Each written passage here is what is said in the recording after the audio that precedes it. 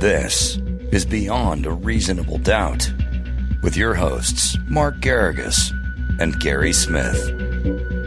I'm smiling not just because of Awesome Dawson, but we're back on a Sunday. It doesn't feel right unless we've done the Church of BARD on a Sunday. I can't get my Sunday going right. So, Gary, thank you. And hopefully the internet is strong today. Yeah, it's looking very good. It was admittedly a little rough for the big show on Friday, but we've made adjustments. We have Lucas to thank and we have Mark to thank as well. And we're looking good these days. And because of that, we're going to introduce a new feature of the Sunday Church of BARD, which is Comment of the Week. What would you say of all the comments telling us that it was the world's worst audio? One of them was my favorite. Yeah, I agree. My favorite as well. And it was from Blue Streak. And it says, I've heard AM radios sitting next to microwaves break up less than Mark's Zoom link. Yeah, so I'm glad he talked about an AM radio because some people may not even remember what that was.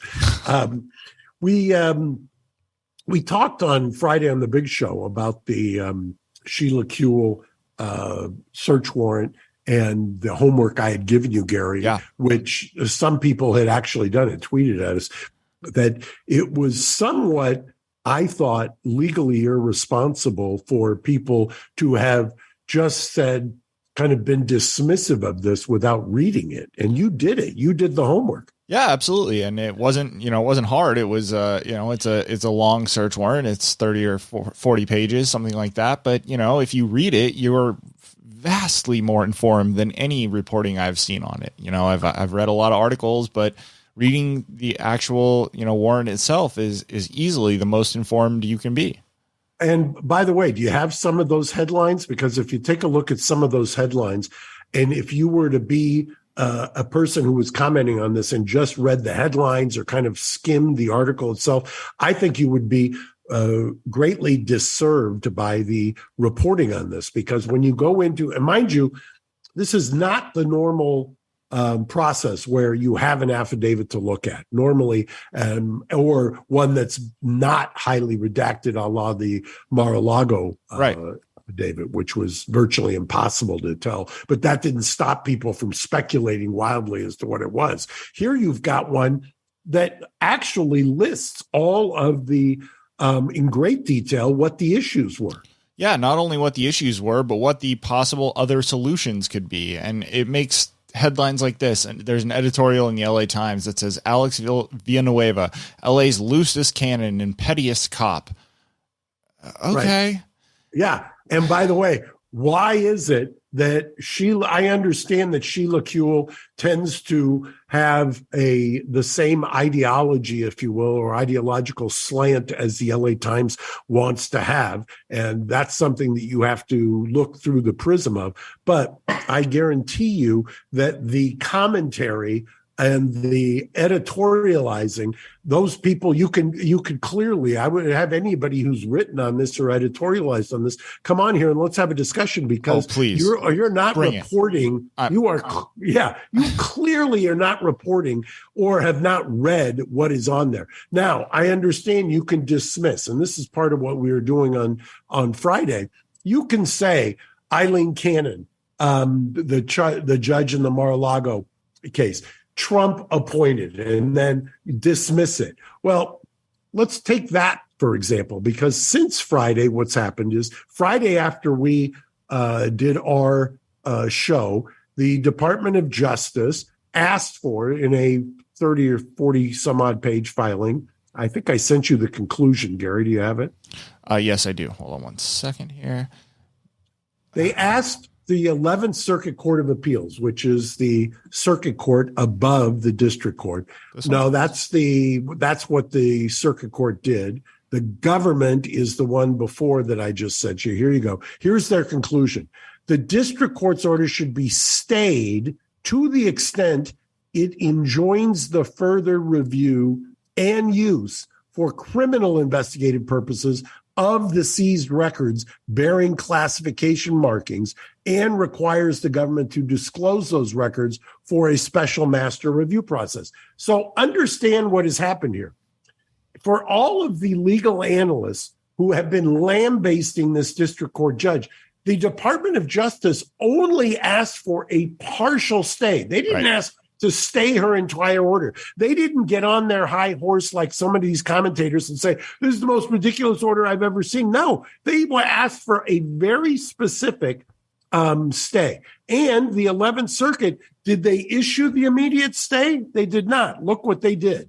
That's the second one you said. In a very brief... Sorry. No. Not that one. Okay. Yeah, my mistake. In a very brief order. Jesus. No. Sorry, I'm having an issue here with my first computer. one that this you one. put up. Yeah, this is all they said in the public communication. Appellee's response, that means Trump's response to DOJ's motion for a partial stay, is due 12 p.m. on Tuesday. So they said, okay, Department of Justice asked for a partial stay. Trump and your team, you need to respond by Tuesday at 12. What that tells you is all of the breathless analysis that was saying that this was an outlier, that this was ridiculous, that this was legally untenable. Department of Justice didn't buy into that. Department of Justice said, no, we're only asking on the one distinct area that we want a partial stay, and they didn't issue it immediately. They said, we want you to respond. Mind you, coincidentally or not, I don't think it's a coincidence, the special master has ordered both parties, DOJ and Trump's lawyers, to be in front of him in New York on Tuesday also that morning. So as we had explained before, this judge is very highly regarded, had been on the FISA court, Foreign Intelligence Surveillance, and has a great deal of experience with classified documents. I don't think this is going to be a slam dunk as it has been. Well, it already is proven not to be the slam dunk for the government that everybody has said it is. Now, go back to Sheila Kuehl, because people were also breathlessly, same people who were or when I say same people, many of the Amen choir who were saying that the request for special master was ridiculous, were denigrating the Sheila Kuehl situation. Guess what? Almost the analogous thing happened. Judge Ryan, who, by the way, there's still a concurrent courts of jurisdiction issue that I think between Judge Ryan and Judge Richmond, but Judge Ryan only press pause on a discrete area of the MTA portion of the search, not Sheila Kuehl. One of six. Not this game. Right. One of six. Right. It's been reported that, and the way if you were to read the papers, or the commentary on this, you would think that he just gutted the search warrant. Right? As I said on an email chain with you and our associate producer / researcher, Brett, you have to stop me from just not screaming about the headlines the LA Times are writing. It is so stupid. The stuff they are writing is so misleading. Do your homework, read the documents. What are we doing? I understand they've got a position, and their position is to make the sheriff look like some kind of crazy. But this caricature doesn't even bear a passing resemblance to what is happening legally. And we said this also, and I want to, before we go off, I want to play this. Do you have this? Here we go. Let's do it. Watch this. This is bizarre. I heard from county council last night that she got a tip from Max that this search would happen. Max Huntsman? Yeah, from Max Huntsman that this search would happen this morning.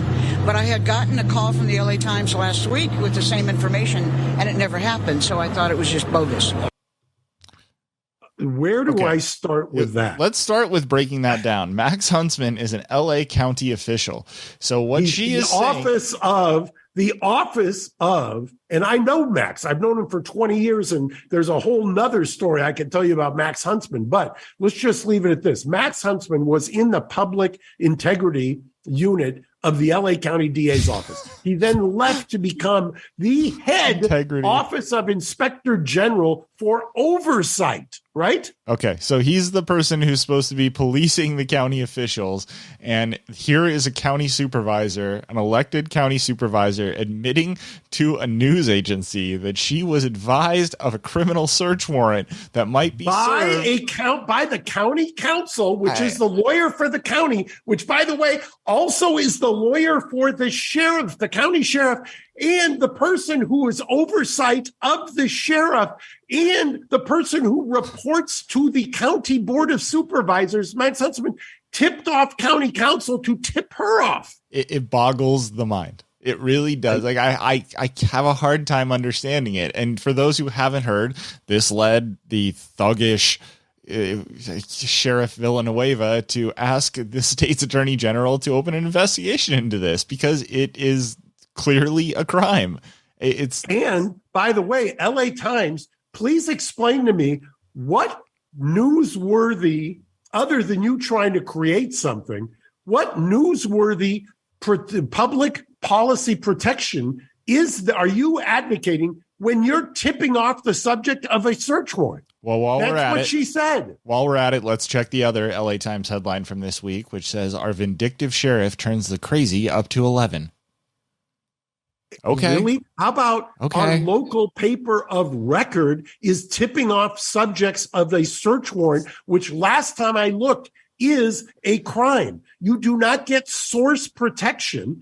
They can say, I don't know who told me, but what business do they have committing a crime which is obstructing? Also, this isn't a crime where they're looking for a gun. They're looking for documents, which with a few hours notice can be destroyed. What are we doing? It's mind-boggling to me. I don't know where the feds are. I don't know where the attorney general is. I will tell you something. If this were turned around and this were a defense lawyer who was doing the tipping off in advance to somebody, by the way, that there's no relationship with, mind you, I understand if the defense lawyer said to a client, I can get it. Hey, based on the kinds of things I'm seeing, the circumstantial evidence, I think there's a warrant, understand that, blah, blah, blah. There's a world in which I can see that. This is a reporter or reporters, a news agency, a county council, which is lawyer for both the sheriff and the board of supervisors and the office of inspector general, all tipping off the subject to a search warrant? I've been having a real problem with this. I really have. We didn't get as deep into it. Maybe I'm living in a different. There used to. I remember a DA once told my father that the law was passing him by. I'm just trying to figure out the what in the world is happening here and where is the adult supervision? It's mind-boggling, and watching some of the news clips of interviews done while these searches were happening and, reactions from Sheila and Patty and some of the other individuals involved, it'll really piss you off if you've actually read the search warrant and know what's involved. Let me add, and we'll end on this. Let me add I mentioned Judge Ryan. I mentioned Judge Richmond. Judge Richmond is the judge and has been highly regarded as long as I've known him. I had said before, I've tried jury trials to verdict in his court. When he was a DA, I had cases against him. Judge Ryan, same thing. Judge Ryan is probably one of the best, well thought of judges in the criminal courts building. Guess what else we learned? The county counsel's office, which tipped off, if you believe Sheila Kuehl, that's an admission against interest, meaning it comes in. It's a hearsay exception. Bad fact. That's a declaration against penal interest. That comes into evidence. Well, the county council tipped her off, apparently because they heard the information from the OIG. Well, then the county council had the unmitigated gall, because they represent the sheriff, to not represent the sheriff in front of Judge Ryan. If you can believe, they're the lawyer, and the lawyer is conflicted. The county council is totally conflicted, and they pulled their lawyers from the proceeding before Judge Ryan. I don't understand what is happening here. I don't either. And as a citizen, thankfully not a resident of LA County, but as a citizen who works and is frequently in LA County, I don't like these situations where these elected officials are calling our law enforcement officials goons and other derogatory I don't even terms. mind that. I'm just what is happening here in the system? You want to talk about gaming the system? This is all happening while the Board of Supervisors has apparently put on Measure A on the ballot. Measure A would allow the Board of Supervisors to remove the sheriff from office by a majority vote. Mind you, the sheriff is elected. Just think about the structural corruption that is happening in real time in front of your very eyes. And you've got the LA Times supposedly reporting on it when they are a player in this obstructive activity. It is the whole situation to me is unbelievable. LA's Alex Villanueva, LA's loosest cannon and pettiest cop. Fuck you. I'm sorry, but the LA Times just needs to fucking figure it out. CNN seems to be trying to fix itself. I would like the LA Times to do something in that vicinity. It's mind-boggling, and I think there'll be more. I do too. Mark, thank you so much for your time. We could go on for the next 45 minutes, and I'm sure my wife would divorce me just complaining about this bullshit. But thank you so much for finding the time on a Sunday, and we will be back with Adam early this week. Thank you too, Gary. All right. Have a good one. Bye-bye. Bye. Thanks for listening to Beyond a Reasonable Doubt. Stay tuned for more bonus episodes coming soon.